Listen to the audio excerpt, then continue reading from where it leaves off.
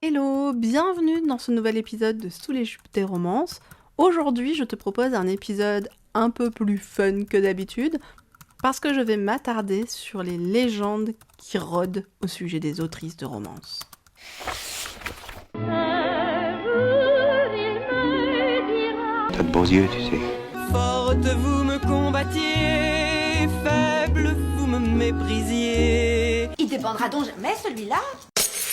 J'en ai déjà parlé à plusieurs reprises dans plusieurs épisodes. Ce n'est pas un secret, ce n'est pas une surprise. Les autrices de romances sont tout aussi critiquées que le genre dans lequel elles écrivent. J'évoque souvent la réaction classique des personnes qui me demandent ce que j'exerce comme métier. Je leur dis la vérité, d'abord je leur dis que j'écris, et tout de suite ça exerce une sorte de fascination autour du mythe de l'écrivain. Je crois qu'ils imaginent un peu le côté bohème, une version féminine et moderne d'Ewan McGregor dans Moulin Rouge. Poétesse et maudite à la fois, une contemporaine de Baudelaire destinée à la gloire posthume. Mais cette fascination s'arrête aussitôt que je leur dis dans quel genre j'écris. Et là, l'admiration se fige. Les gens ne sont pas très doués pour dissimuler leur opinion. En même temps, on leur demande pas de mentir. Mais ça me permet de les classer en deux catégories. Il y a ceux qui en lisent et l'assument et sont encore plus curieuses d'en apprendre sur mon métier. Et puis, il y a les gens bien. Les gens qui lisent tous les prix Goncourt chaque année et qui méprisent la fiction populaire.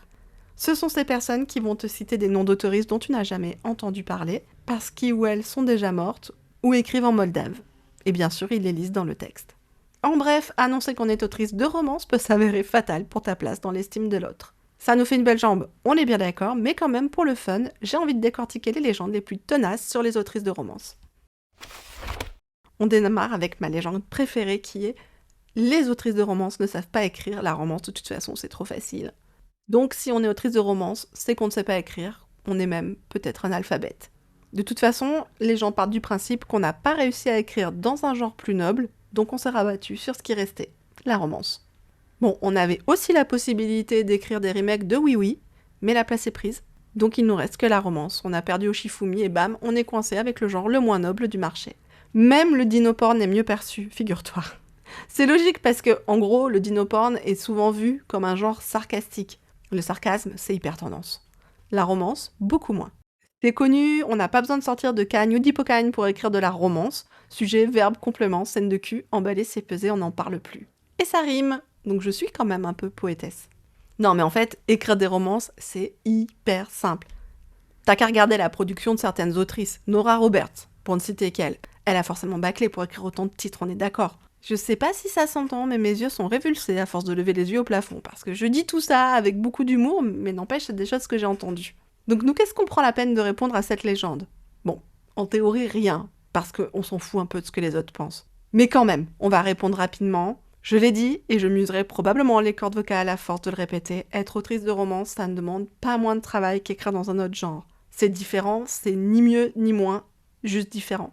Il y existe des textes excellemment travaillés et d'autres complètement bâclés dans tous les genres, et la romance ne fait pas exception. Mais ça rassure les langues de vipère. Tu notes? J'aurais pu dire autre chose, mais je suis polie.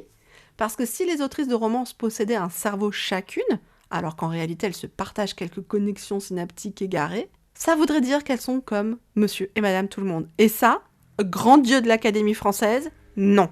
Heureusement pour tout le monde, les autrices de romance sont à l'image des lectrices du même genre, sentimentalement et sexuellement frustrées. Pas comme tout le monde, quoi. Parce que qui, sinon, aurait envie d'écrire des histoires d'amour? Franchement, l'amour, ça intéresse personne. C'est pas comme si on en parlait dans presque tous les livres, tous les films, toutes les séries, les pubs, les émissions, les discussions. J'ai plus de souffle, l'amour, en bref, c'est niais. Et donc, les autrices de romance sont forcément niaises? Tu sais, par capillarité. Oui, elles sont niaises. D'ailleurs, je devrais pas t'en parler, mais elles forment un club. On forme un club, parce que je suis autrice de romance, donc c'est comme ça que je suis au courant. Ne répète pas ce que je te dis, parce que je risque ma place au sein du club en trahissant le secret, puisque comme tout le monde le sait, la première règle du Nene Club est de ne jamais parler du Nene Club, et la seconde règle, tu connais la suite. Donc, je disais, les autrices de romance se réunissent au niveau régional toutes les semaines pour se raconter à quel point elles sont malheureuses en amour. Et une fois qu'elles ont bien évacué cette frustration, elles se vengent en écrivant des histoires d'amour enrobées dans des litres et des litres de mièvrerie. Ça dégouline de bons sentiments, et elles inventent alors le héros parfait, celui qu'elles ne pourront jamais rencontrer, parce que je rappelle qu'elles sont niaises, frustrées et analphabètes. Eh ben oui, on l'a dit, elles sont malheureuses dans ce domaine. C'est leur malédiction. De toute façon, il est bien connu qu'elles finiront toutes bouffées par leur chat et que le voisin ne s'en rendra compte que plusieurs semaines plus tard, alerté par l'odeur. Car oui, les autrices de romans ont aussi cette réputation de récupérer l'un des pires clichés que le patriarcat a instauré dans notre société. Je parle donc de celui de la vieille fille. Avec des chats, c'est point contre triple. Tu sais, dans certains pays, on mentionne, et même en France, on mentionne des monstres pour inciter les enfants à être sages.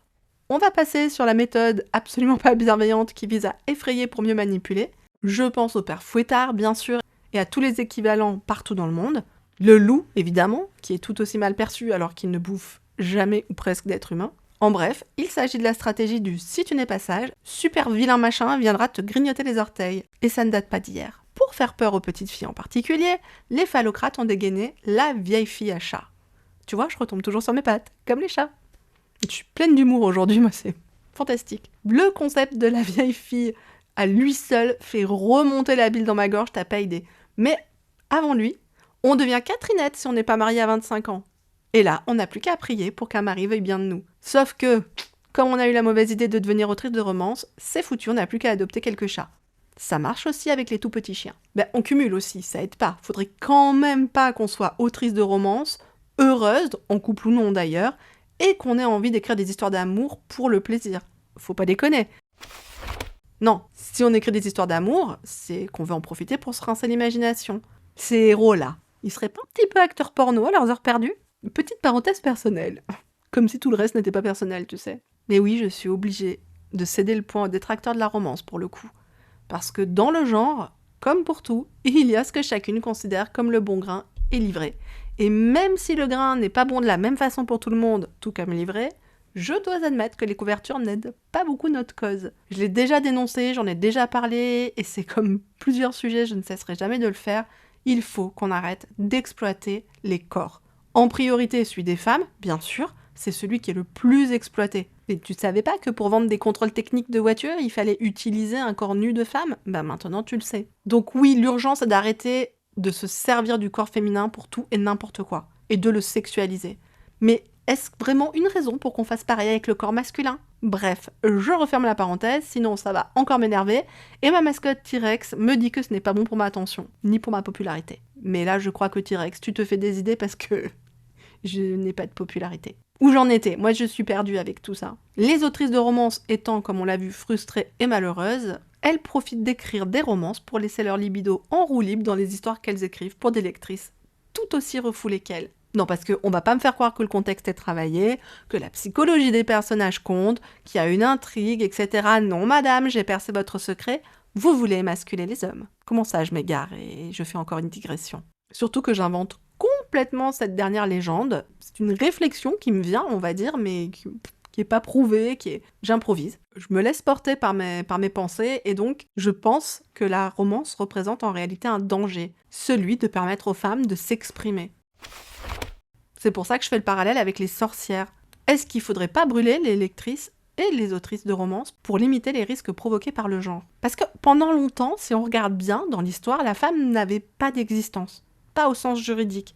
Elle passait de son père à son mari comme on se transmet une jolie montre de génération en génération.